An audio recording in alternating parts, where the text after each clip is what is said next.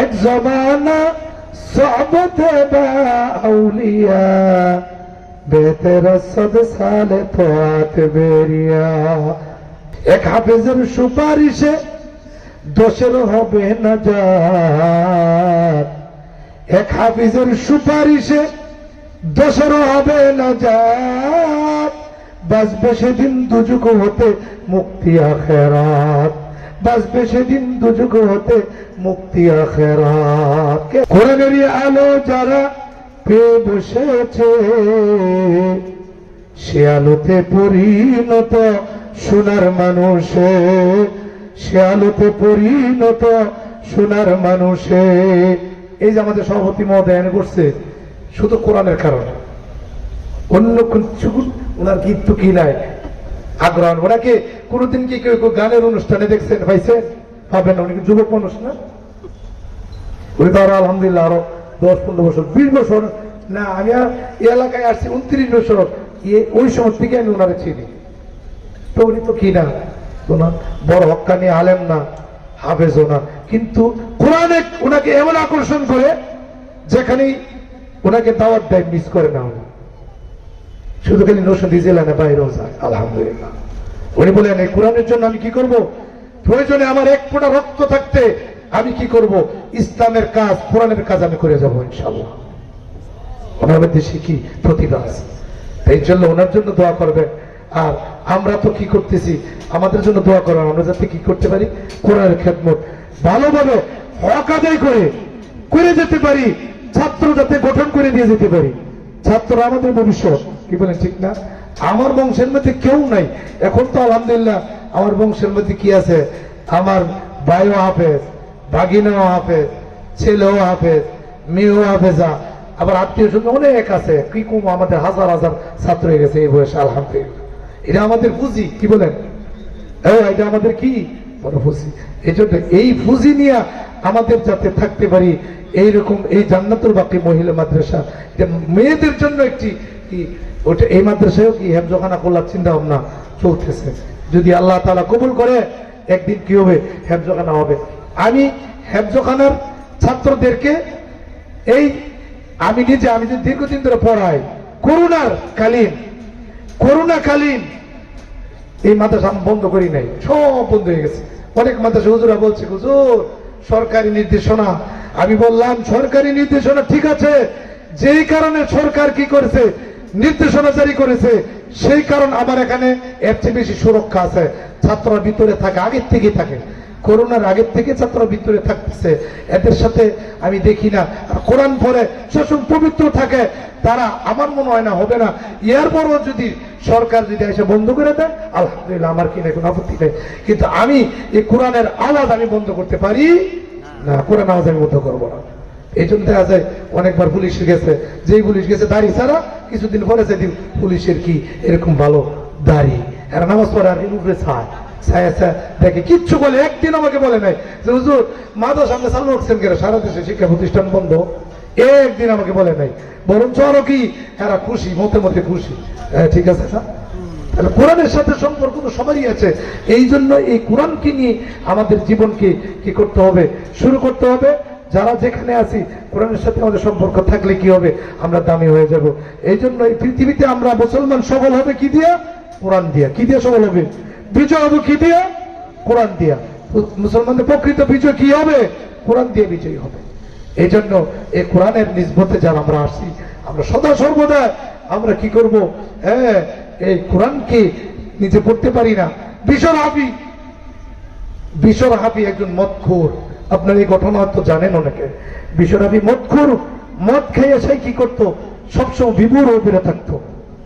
ওই জমানার বড় আল্লাহর ওলি হাসান বসরি, ওনার উপরে ইয়া জারি হয়ে গেছে, এই বিশ্বরাবি ওখানে তুমি যাই গিয়া সুসংবাদ জানাও, তার পিছনের সকল গুলো আমি মাফ করে দিলাম।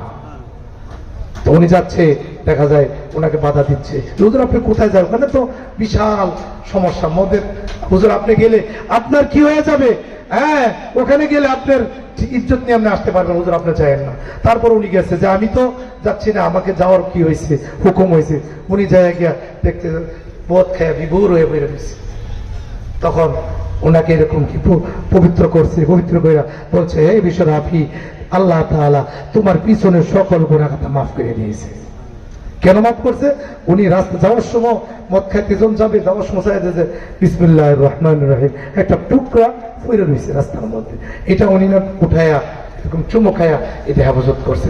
কিন্তু আল্লাহর কাছে এই আমলটা এমন দামি, এত হয়েছে যে তার পিছনে সকল গুনাহ আল্লাহ মাফ করে দিয়েছে।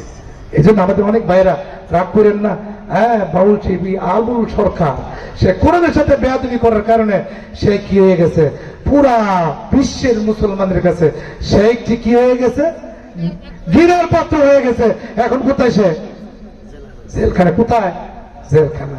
সেই কুলাউজুর বিন নাস, আল্লাহ কইছে নাস্ত, কেউ আল্লাহ কইছে নাস্ত, হ্যাঁ বুকা বুঝে না, হ্যাঁ উল্টা পাল্টা কুলাউজুর বিন নাস মালিকিন নাস ইলাহিনা, আল্লাহ বলে কইছে নাস্ত। নাসের শব্দ কি এটা? উচ্চারণ কি এটা? এটা এই বুকামি অনেকে আছে করে। কেউ যদি ইচ্ছা করে কি করে আল্লাহর কালামের সাথে বেয়াদবি করে, সে কি হবে আল্লাহর কাছে যতক্ষণ পর্যন্ত তওবা না করবে ততক্ষণ পর্যন্ত সে কি নাফরমান হিসেবে, এক গুনাহগার হিসেবে পরিণত হবে। এই জন্য ওয়াজ মাহফিলগুলি আমাদের শিক্ষা, আমাদের আমল করার জন্য, আমাদের ঈমানকে মজবুত করার জন্য। আমরা এই মাহফিলগুলি থেকে যদি আমরা এগুলো পাই তাইলে আমরা সার্থক। এই জন্য হুজুর আসবেন, আমি তো খুব কাছের মানুষ আপনাদের। হুজুরের যখন আমার হুকুম হয়েছে আমি বসছি, অল্প সময় কিছু কথা বলবো, তারপরে ইনশাল্লাহ যেহেতু এখানে ওয়াজ এবং দোয়ার মাহফিল, কি করেন দোয়া করে আমরা সবাই যাবো ইনশাল্লাহ। রাজি আছি না? এমনি কিন্তু লোক কম আসলে। এবছর শীতের সিজনটা কিছুদিন আগে কিন্তু খুব বেড়ে গেছে। আজকে যদিও আজকে গতকালকে একটু কম ছিল, কালকেও কম ছিল, আজকেও মোটামুটি ভালো কম। তারপরেও কিন্তু ওই শীতে মানুষের অনেক কি করে রাখছে, একটা শীতের একটা ধাক্কায় মানুষ কি করতে চায় না, সন্ধ্যার পরে বাইরে থেকে বের হইতে চায় না। তো যাই হোক, আমরা যারা আসছি আমরা ভাগ্যবান। আমরা কি করতে আসছি? এইখানে আল্লাহকে পাওয়ার জন্য আসছি, কি বলেন ঠিক না? নিজেকে কি পরিমাণ আমার দরকার এটা যাচাই বাছাই করার জন্য। ওলামায়ে কেরাম যখন বলবে, আমরা যখন বিভিন্ন সেমিনারে বসি তখন ডাক্তাররা বললে বুঝি, পরীক্ষা নিরীক্ষা ছাড়াও বোঝা যায়, অনেক সময় বোঝা যায় যে আমার মধ্যে কি রোগটা আছে। এই জন্য আমরা যারা ওলামায়ে কেরামের এই ইয়াতে আয়োজনে আসছি অত্যন্ত ভাগ্যবান আমরা। এই জন্য অল্প সময় কথা হবে, মনোযোগ দিয়ে আমি কি বলবো আসলে আমিও জানি না কি বলবো, যে তবে আপনারা দোয়া করেন এমন কথাই যাতে দুই চারটা বার করে দেয় যেগুলো সর্বপ্রথম আমি আমল করতে পারি, আপনারা যারা শুনেন আপনারাও যাতে আমল করতে পারেন। ওরা শুনে লাভ নাই যদি আমল না করা যায়। এই জন্য এখানে একটি আমলের একটা কি পরিবেশ। আজকে যদি দোকানে বসে থেকে ওখান থেকে কি করা যায়, ওয়াজ শোনা যায়, কিন্তু কাছে আসলে এখানে একটা কি আলাদা একটি বরকত। সহবতে সালেহ তোরা সালেহ কুনাত, সহবতে সালেহ তোরা সালেহ কুনাত। সহবতের দরকার আছে। সামনাসামনি আসলে এরকম এটার যেরকম কি হবে বরকত হবে, কি হবে না, বাইরে থেকে এরকম হবে না। এক বছর এক আবাদতকে 1000 বছর বের ইবাদত করলে যে সওয়াব, সেই সওয়াব হইল কি একজন হক্কানি আলেমের সহবত থাকা। সহবতের বাড়ি থেকেও হয়, মোবাইলে ফোন দিলেও হয়, কিন্তু এটা আর হলো সামনাসামনি হওয়া। বেশ কম আছে কিনা? আমাদের সভাপতি মহোদয় আলহামদুলিল্লাহ উনি অনেক ব্যস্ত মানুষ, কিন্তু ব্যস্ত হলেও, হাজার ব্যস্ত হইলেও ওয়াজ মাহফিল মসজিদ মাদ্রাসা এভাবে ব্যস্ততা দেখায় আলহামদুলিল্লাহ। উনি চিন্তা করে দেখেন যে এটা আমার জীবনের কি করে নিছি, উনি একটা মাকসাদ বানায় নিছি, উদ্দেশ্য বানায় নিছি। কম বয়স হলেও কি অনেকে আছে না, অনেক যুবকরা এরকম কি করে স্কুল কলেজ ভার্সিটিতে পড়ে, মাদ্রাসায় পড়ে না, কিন্তু তাদের মাথায় টুপি, গায়ে জামা থাকে, আজান দেওয়ার সাথে সাথে মসজিদে চলে যায়। সবাই যে মাদ্রাসায় পড়তে হবে এটা তো কোনো কথা না, আমরা তো বলবো না এটা। তো সবাই যদি মাদ্রাসায় পড়ে তাহলে ডাক্তারি করবে কে? এরকম যে এরকম ঘর বানাবে কে? ডাক্তারের দরকার আছে, ইঞ্জিনিয়ারের দরকার আছে, আলেমেরও দরকার আছে, কি বলে আছে কিনা? এই জন্য আলহামদুলিল্লাহ আপনারা যারা ভাগ্যবান তারাই আসতে পারছেন, আর যারা এখনো আসেন নাই মেহরবানি করে আমি বলবো এটা খোলার আশপাশে কিন্তু এখন শুধু শত মানুষ না, হাজার মানুষ আছে, এখন হাজার হাজার মানুষ আছে। মেহরবানি করে যদি আপনারা আসেন আপনাদেরও লাভ হবে, বললেওয়ালা শুনলেওয়ালা সবারই কি হবে, লাভ হবে। আল্লাহ তাআলা আমাদের সবাইকে আজকের আসার বসার তবে সকলে বলি আমিন। আসলে কি এই কোরআনের মাহফিল এটা হইল কি, এটা হইল কি গুনাহ মাফের মাহফিল, জিকিরের মাহফিল। এখান থেকে আমার যদি আমল ঠিক না করতে পারি আর কোনো জায়গা নাই। এই জন্য এই পরিবেশটাকে আরেকটু কি করার দরকার, জাঁকজমক করার দরকার, হইলে আমাদের কাছে ভালো লাগবে। কারণ একটি মাহফিল তো আলহামদুলিল্লাহ মাশাআল্লাহ অনেক দিন আগে থেকে কি হচ্ছে এটার শুরু হয়েছে, বুঝলেন না? বক্তা দাওয়াত দিলে লাগে কমসে কম 2-2.5 মাস 3 মাস আগে দাওয়াত দিতে হয়, তারপর সবকিছু আয়োজন করা, যারা করে এরা বুঝে। কিন্তু যদি আমরা স্বতঃস্ফূর্ত ভাবে আমরা আসি তাইলে কি ওনাদের মনে একটা আনন্দ, কি বলেন ঠিক না? ছোট্ট একটি বাচ্চা কি বলেন কি বইরা গেছে, ইংরেজি দিয়ে একটা কবিতা বইরা গেছে, মাদ্রাসাতে কি করে গেছে, কবিতা বইরা গেছে ইংরেজি দিয়া। তা আপনি কি মনে করেন মাদ্রাসাগুলি যদি এখন যারা বুঝে, এখন মাদ্রাসায় পড়ায় কি কারণে, যে 1 নম্বর তো আমার কোরআন শিক্ষা লাগবেই সহি করে, এটার পাশাপাশি জেনারেল শিক্ষাটাও যাতে হয়। আলহামদুলিল্লাহ আমাদের মাদ্রাসাগুলিতে জেনারেল শিক্ষা এখন বাধ্যতামূলক 100, আরবিতে যেমন 100, দোয়াতে 100, মাসাইলও 100, বাংলা 100, ইংরেজি 100, গণিত 100। আলহামদুলিল্লাহ। এই জন্য মাদ্রাসায় আসলে আমাদের লস নাই, এখান থেকে কি করতে পারবে মাশাআল্লাহ। কি মাদ্রাসায় পড়েও কি হইতেছে, অনেকটা ডাক্তারি বিদ্যা শিখতে পারতেছে। প্রথম কি সাথে হইলো, আরবির সাথে হইলো, তারপরে তো তার আরবি হয়ে গেল তো আলহামদুলিল্লাহ জেনারেল যত কি করতে পারে পড়তে পারে। আর মাদ্রাসার ছাত্ররা কি হয়ে জানেননি, ডাক্তার হইলে এরা ভালো করে পড়াশোনা করে হয় কি লেগে, হেফজখানায় পড়লে একটা পৃষ্ঠারে যে কত বার পড়ন লাগে, কারো 30 বার, কারো 50 বার, কারো 100 বার এক এক পৃষ্ঠা পড়তে হয়, তারপরে মুখস্থ হয়। মুখস্থ হওয়ার পরে এটা আরো শত বার রিভিশন দিতে হয়। যে ছেলেটা ছোটবেলা থেকে কি এত মেহনতি, ওই ছেলেটা ডাক্তারি বিদ্যা অর্জন করতে তার জন্য সহজ একবারে। আমি দেখছি আমাদের অনেক ছাত্ররা এরকম উকিল হয়েছে। ওনাদের আশ্চর্য যে তুমি উকিল লাগাম, এটা তো কোনো ব্যাপার না, 30 বার কোরআন হাফেজ, এটা তো আমার সমস্ত করতে হয় না, আমার জন্য তো সব একবারই কি আসান। আলহামদুলিল্লাহ আমাদের অনেক ছাত্ররা কি এরকম উকিল হয়েছে। যে এরকম হাফেজে উকিল হইব, বুঝেন না, তার কামাইটা কি একটু চিন্তা ভাবনা করে করতো না ভাই? ব্যবসা করুক, যাই করুক, একজন হাফেজে কোরআন তার কোরআন সিনার মিদি নিয়ে সে কিন্তু কি করতে চাবে না, 2 নম্বরই করার চেষ্টা করবে না। তার ভিতরে কোরআন আছে। আমরা তো মানুষ, আমরা হাজার চেষ্টা করলো আমার কোরআনে আমাকে কি করবে, একবার না একবার বাধা দিবে যে তোমার ভিতরে কি আছে, কোরআন আছে। এই জন্য হাফেজদের কোরআনের তো কি হয় না, তাদের সিনাই তো কি হয় না, পৌঁছে না। যেজন কোরআন হিফজ করিবে আপন সিনার তরে, অক্ষত সে থাকবে মরে 1,00,000 বছর ধরে, অক্ষত সে থাকবে মরে 1,00,000 বছর ধরে। যেজন কোরআন হিফজ করিবে আপন সিনার তরে, অক্ষত সে থাকবে মরে 1,00,000 বছর ধরে। আগে হাফেজ বানাইবেন, কয় বছর লাগে? 3 থেকে 4 বছর সর্বোচ্চ হাফেজ। এর আপনি বানান ডাক্তার, ইঞ্জিনিয়ার বানান, যা মনে হচ্ছে তা বানান, আপনি দেখবেন কি হবেন। একজন ডাক্তার যদি হয়, হাফেজ হইলে বাবার জানাজা দিতে পারবে না, কি ভাই দিতে পারবে না জানাজা? আলহামদুলিল্লাহ। একজন আলেম দিতে পারে না, হাফেজ দিতে পারে। এজন্য আমরা মনে করি যে এখন কিন্তু মানুষ কি, আমরা যাই ঢাকা ঢোকা গিয়ে দেখি যে বিভিন্ন গার্জিয়ান এরকম এরা এদের বাচ্চাদেরকে মাদ্রাসায় পড়ায়, প্রতি মাসে 20,000 25,000 টাকা খরচ করে বাচ্চাদেরকে পড়ায়।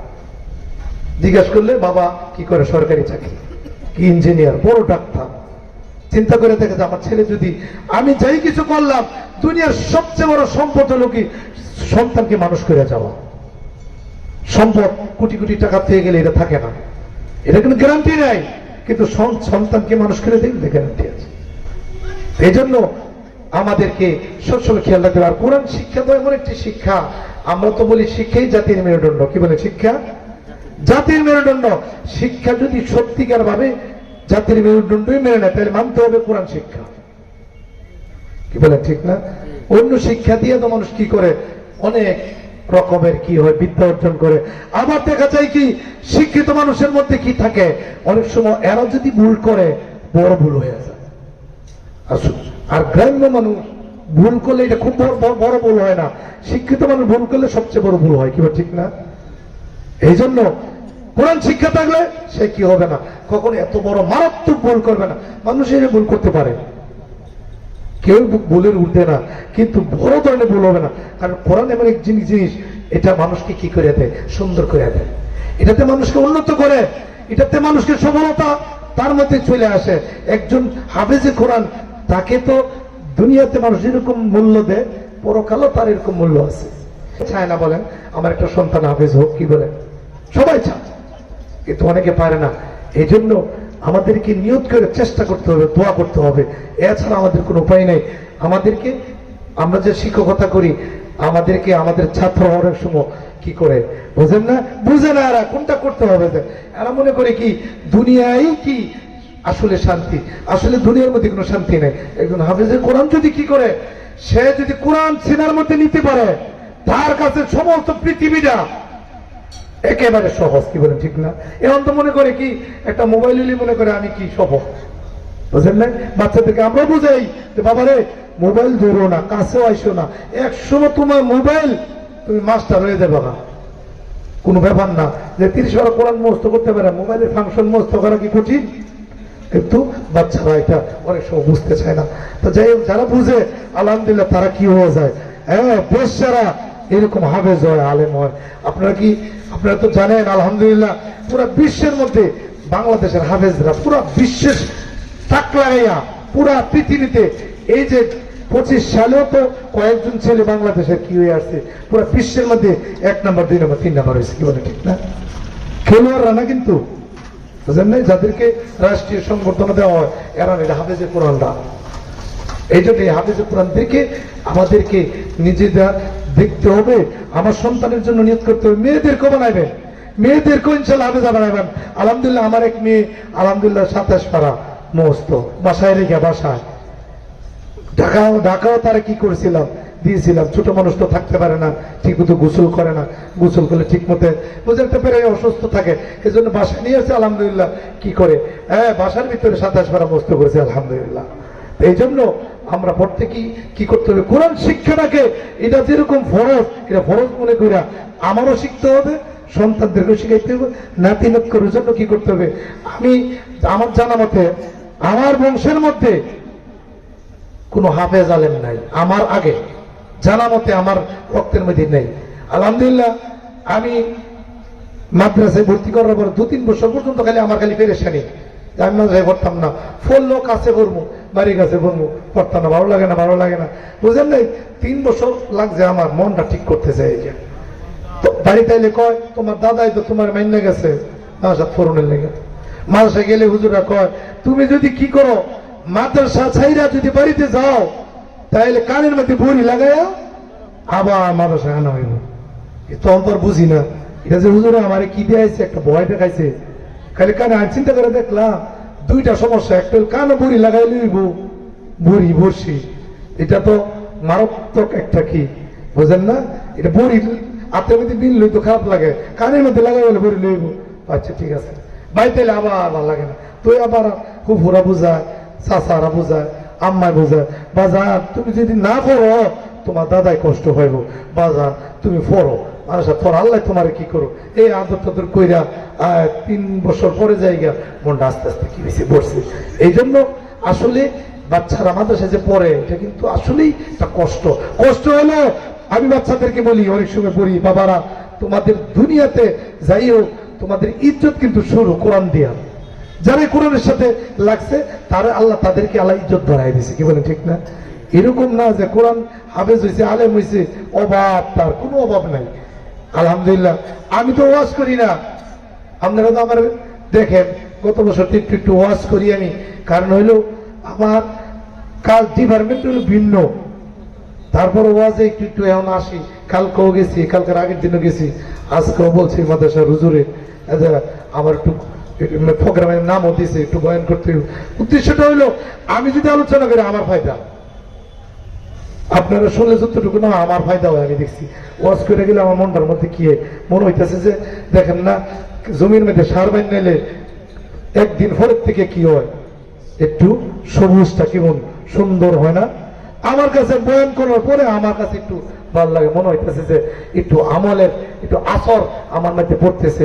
এই জন্য আপনারা যে বসছেন, আসলে বড় বড় হুজুর আসবে, একটু পরে বয়ান হবে, বয়ান করবেন। তো বাকি হলো আমাদেরকে কি করতে হবে, কোরআনের সাথে আমাদের সম্পর্ক রাখতে হবে। এটা কোনো দলের না, কোরআন শরীফ কোন দলের, কোন ব্যক্তির। কোরআন কার? আল্লাহর। কোরআন কার?